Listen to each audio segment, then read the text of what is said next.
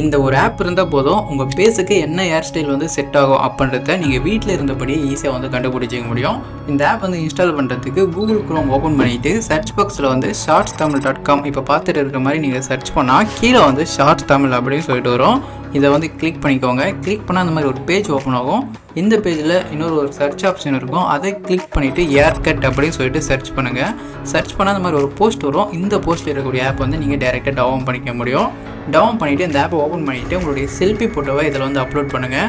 இந்த மாதிரி அப்லோட் பண்ண உடனே உங்களுடைய ஃபோட்டோ வந்து ஃபுல்லாக ஸ்கேன் பண்ணிவிட்டு உங்கள் பேஸுக்கு வந்து எந்த ஹேர் ஸ்டைல் வச்சா கரெக்டாக இருக்கும் அப்படின்ற ஃபோட்டோ வந்து இதில் வந்து காட்டுவாங்க. ஹேர் ஸ்டைல் மட்டும் கிடையாது, நீங்கள் வந்து எந்த பியர்ட் வச்சா கரெக்டாக இருக்கும் அப்படின்றதையும் உங்களுக்கு வந்து காட்டுவாங்க.